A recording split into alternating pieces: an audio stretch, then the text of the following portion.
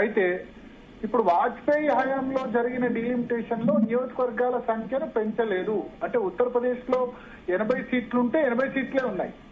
ఉమ్మడి ఆంధ్రప్రదేశ్ లో అప్పుడు 42 సీట్లున్నాయి, ఇప్పుడు 42 ఉన్నాయి. తెలంగాణలో 17, ఆంధ్రప్రదేశ్ లో 25. ఇప్పుడు వాజ్పేయి హయాంలో జరిగిన డీలిమిటేషన్ సమయంలో పార్లమెంట్ సీట్ల సంఖ్య సేమ్ ఉంది, కానీ ఇప్పుడు పార్లమెంట్ సీట్ల సంఖ్యను పెంచుతున్నారు.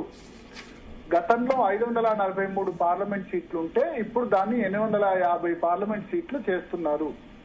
అంటే పార్లమెంట్ లో సీట్ల సంఖ్య దాదాపు 50% కంటే ఎక్కువ పెరుగుతుంది. 543/2 543/2 అంటే 272 కలిపితే ఎంత? 816 సీట్లు వస్తాయి. 816 సీట్ల కంటే ఇంకొంచెం ఎక్కువ పెంచుతున్నారు. కేంద్ర పాలిత ప్రాంతాలు అయిన దయూ డామను, దాద్రా నగర్ హవేలీ, ఇవన్నీ పుదుచ్చేరి, కవరత్తి, లక్షద్వీప్, ఇవన్నిట్లో కూడా సీట్లు పెంచి టోటల్ 850 సీట్ల వరకు పార్లమెంట్ సీట్లను చేసే ప్రపోజల్ ఉంది. అంటే దాదాపు 50% కంటే కొంచెం ఎక్కువ పెంచుతున్నారు. సో ఇప్పుడు సీట్ల సంఖ్యను గతంలో జరిగిన డీలిమిటేషన్ వేరు, ఇప్పుడు జరిగిన డీలిమిటేషన్ వేరు. ఇప్పుడు డీలిమిటేషన్ లో నియోజకవర్గాల సంఖ్యను, పార్లమెంట్ నియోజకవర్గాల సంఖ్యను పెంచుతున్నారు, రాష్ట్రాల అసెంబ్లీ సీట్ల సంఖ్యను కూడా పెంచుతున్నారు. ఆ ప్రకారం తెలంగాణలో 119 సీట్లు ఉంటే 182 ఇప్పుడు అవుతున్నాయి. అదేవిధంగా ఆంధ్రప్రదేశ్ లో 175 ఉంటే దాని ప్రకారంగా ఆ రేషియోలో 263 దాకా పార్లమెంట్ సీట్లు కూడా ఆంధ్రప్రదేశ్ అసెంబ్లీ సీట్లు కూడా పెరుగుతున్నాయి. సో అసెంబ్లీ సీట్లు పెరగడంలో రాష్ట్రాల వారిగా ఇబ్బంది లేదు. పార్లమెంట్ సీట్లు పెంచడంలోనే ఇప్పుడు ఆర్గ్యుమెంట్ ప్రధానంగా వినిపిస్తుంది ఇక్కడ.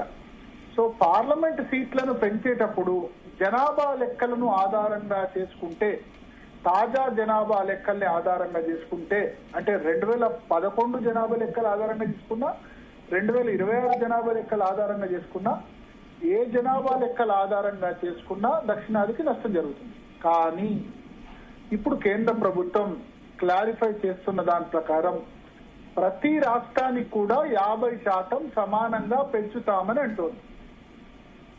అంటే ఉత్తరప్రదేశ్ కు 80 సీట్లు గతంలో ఉంటే ఉత్తరప్రదేశ్ లో 80 + 50%, అంటే 80లో సగం ఎంత? 40, 120 సీట్లు అవుతాయి.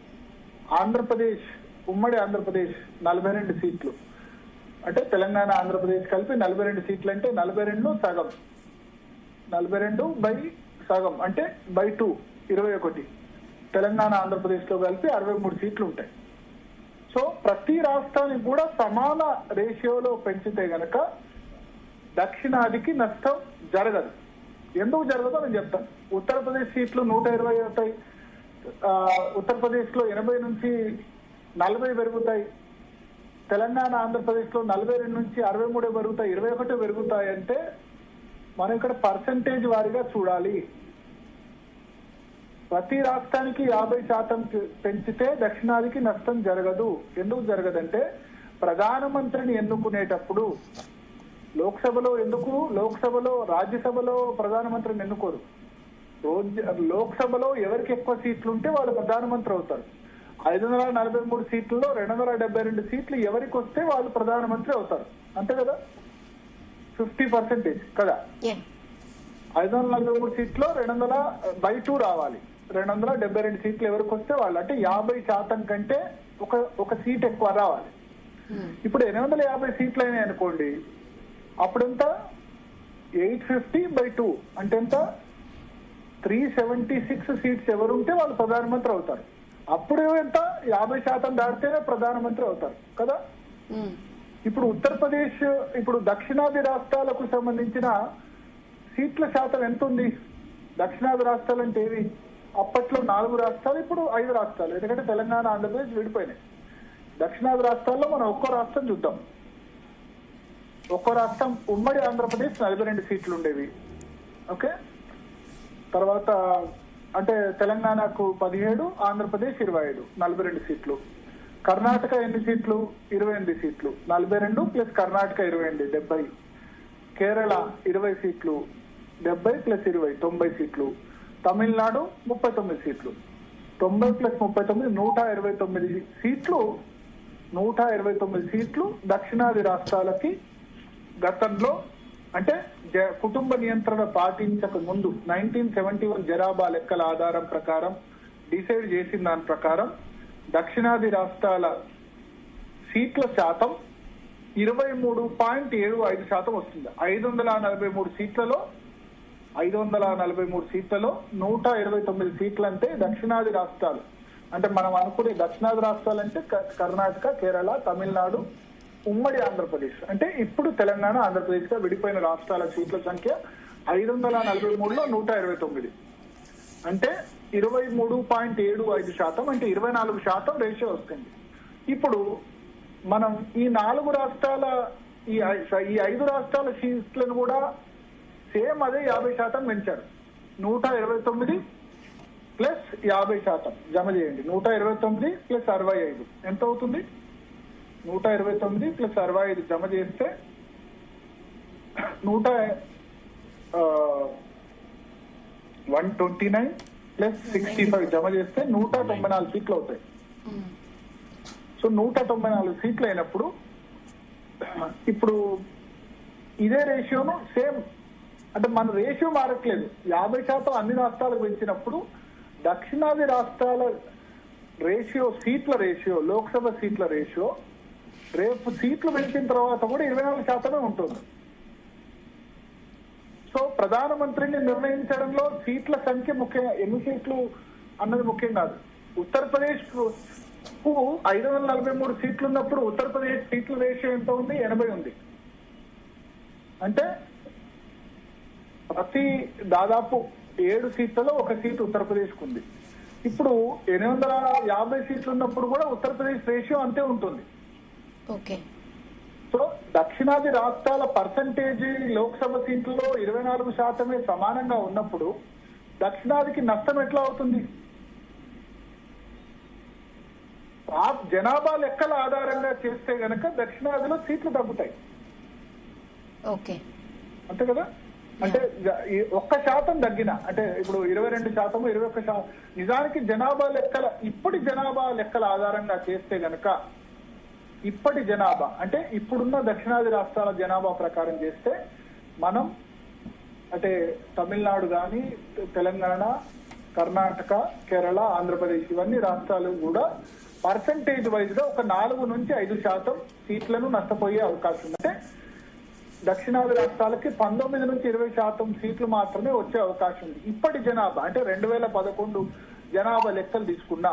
ఇప్పుడు ఈ మహిళా రిజర్వేషన్ బిల్లుని ఆల్రెడీ మహిళా రిజర్వేషన్ బిల్ పాస్ అయిపోయింది, నారీ శక్తి వందన్ అభియాన్. అది 2029 నుంచి అమల్లోకి వస్తుందని చెప్పారు. అయితే ఇప్పుడు ఆ చట్టంలో అమలు ఏం చెప్తున్నారు? గతంలో 2026 జనాభా లెక్కల ఆధారంగా దాన్ని ఇంప్లిమెంట్ చేస్తామని చెప్పారు. ఓకే, 2026 జనాభా లెక్కల ఆధారంగా ఇంప్లిమెంట్ చేస్తే గనక 2026 జనాభా లెక్కల ప్రకారమే పార్లమెంట్ సీట్లు పెంచారనుకోండి, అప్పుడు అత్యధికంగా నష్టపోయేది దక్షిణాది రాష్ట్రాలు. ఇప్పుడు 2011 జనాభా లెక్కల ఆధారంగా మహిళా రిజర్వేషన్ సీట్లు డిక్లేర్ చేస్తామంట. ప్లస్ మహిళా రిజర్వేషన్ లో 33% మహిళా రిజర్వేషన్స్ ఇస్తున్నారు. దీనిలో ఎస్సీ ఎస్టీ సీట్లకు ఇప్పుడు రిజర్వేషన్ ఉంది. ఇప్పుడు ఎగ్జాంపుల్ ఏంటంటే 79 ఎస్సీ సీట్లు ఉన్నాయి 543 పార్లమెంట్ సీట్లలో, లోక్సభ సీట్లలో.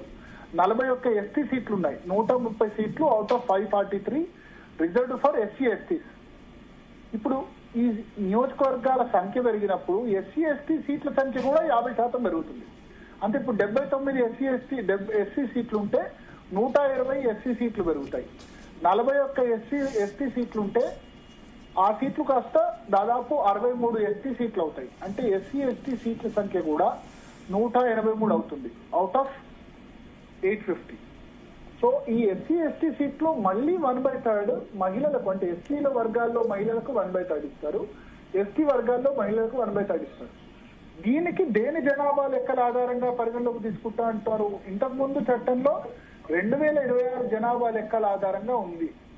దాన్ని ఇప్పుడు చట్ట సవరణ చేసి, ఎందుకంటే ఇది రాజ్యాంగ సవరణ, ఈ రాజ్యాంగ సవరణకు 2/3 మెజార్టీ అవసరం అవుతుంది. లోక్సభలో 2/3 మెజార్టీ, రాజ్యసభలో 2/3 మెజార్టీ.